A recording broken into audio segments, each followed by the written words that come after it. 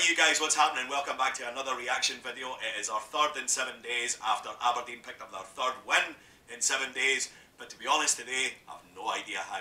Kilmarnock won, Aberdeen 2 at Rugby Park.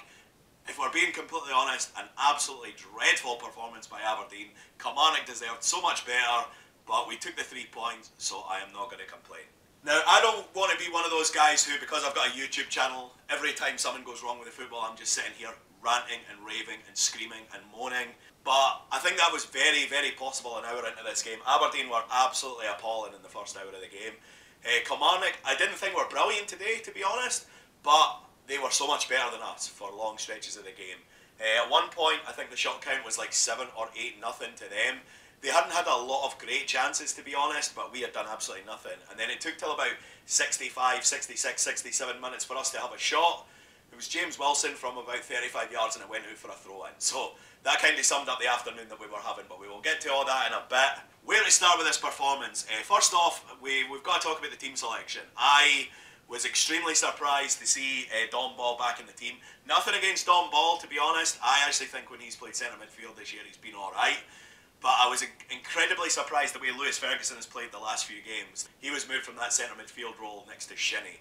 I thought Ferguson this season has been playing really well when he's been there. Early in the season he was playing that more advanced role, kind of where Christie or McLean played last year. And he's okay there, but he's much better as a proper centre midfielder. He's got a real ability to just bring the ball down and distribute it and really take charge in the middle of the park. So I was really surprised to see him playing the more advanced role. And to be honest, Ferguson wasn't in the game in the first half. So in that sense, that was incredibly surprising. In terms of the Aberdeen performance in the first half, I've already touched on it. We were absolutely dreadful. The game itself in the first half was absolute shite. The ball was never on the deck. The floor was lava for the first 15 minutes. Just an awful game of football. And to be honest, it only really started to get underway thanks to Kilmarnock. They actually did try their best to at least try and bring the ball down and play a little bit of football.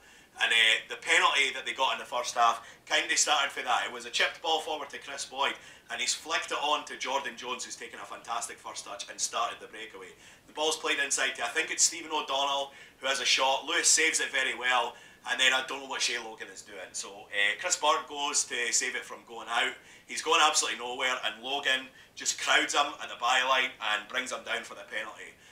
I think Burke was looking for it, if we're being honest, but Shea can have absolutely no complaints on that one. It was clumsy, it was idiotic, the guy's going absolutely nowhere.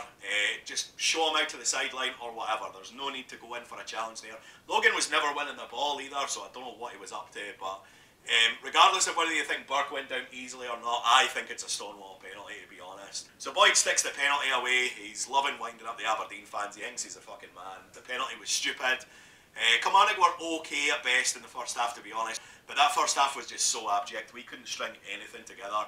There was like, I don't think there was really anybody in the park that you could say, yeah, they were very good despite everything. It was just a nothing Aberdeen performance in the first half. Half time, we took off Dom Ball for Stevie May, which was probably the right move.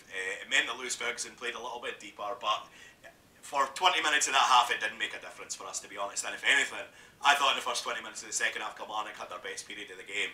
They didn't really test Joe Lewis, but they played good football. They looked dangerous coming forward, and we still weren't getting a foot on the ball, not retaining possession at all. It was just unbelievable, to be honest. I thought, obviously, after Wednesday, the way James Wilson played, he had to start today. There was absolutely no doubt. But if we're going to play football like that, we're as well playing Cosgrove, because we were just aimlessly punting the ball up the park for the first 60, 65 minutes. And to be honest, that isn't James Wilson's game, so I really didn't understand that. If we're going to play Wilson, at least try and play balls into feet, but instead we're just pumping the ball forward. And I think because of that as well, McGinn and Mackay-Stephen just weren't getting in the game either, to be honest. Less than 20 minutes to go, we've still not had a shot on target. Everybody's fucking hating life, and then we finally have a shot on target, and it's one each. McGinn's picked the ball up on the left. He has cut inside and he's came all the way to the edge of the box. He's had a shot which is going down the middle. Bruce Anderson, who had not been on long as a sub, he had came on for Wilson, redirects it really nicely under pressure as well.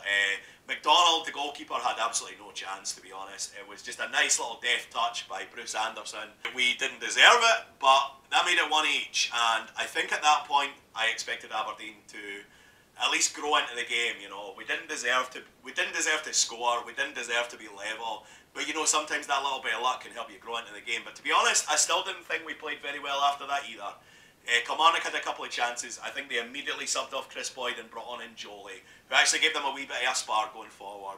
And I thought it was the right sub as well, because other than Chris Boyd scoring a penalty, he was just getting caught offside all day. So it was the right sub.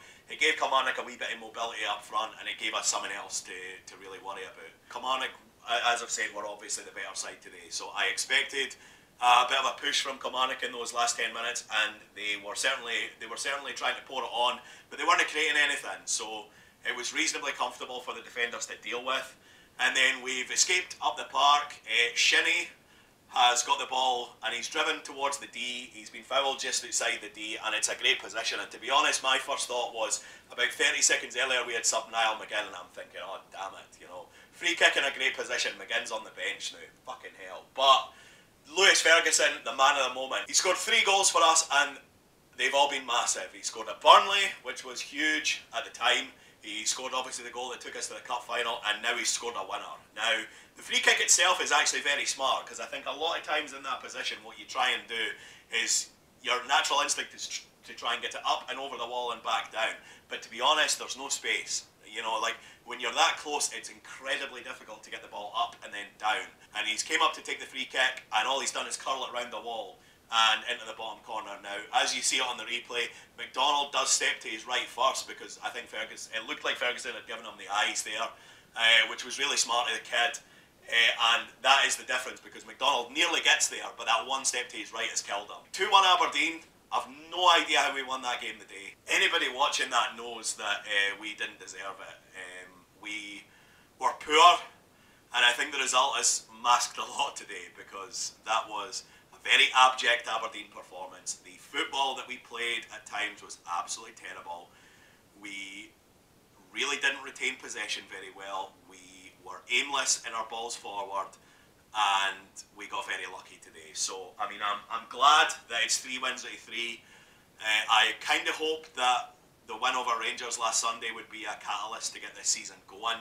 I thought the performance on Wednesday was very good, but I think, to be honest, we are looking at a Premier League now where there are 9 teams and then there are 3 teams. And what I mean by that is that if you look at Dundee, you look at St Mirren, and to a lesser extent Hamilton, but I still think they're in the conversation for this, they're just 3 very, very poor teams. I think a lot of teams in this league will play Dundee or St Mirren, and like I say, to a lesser extent Hamilton, and they'll beat them very easily and think, bloody hell, that was our first good performance in a long time, this could be a springboard.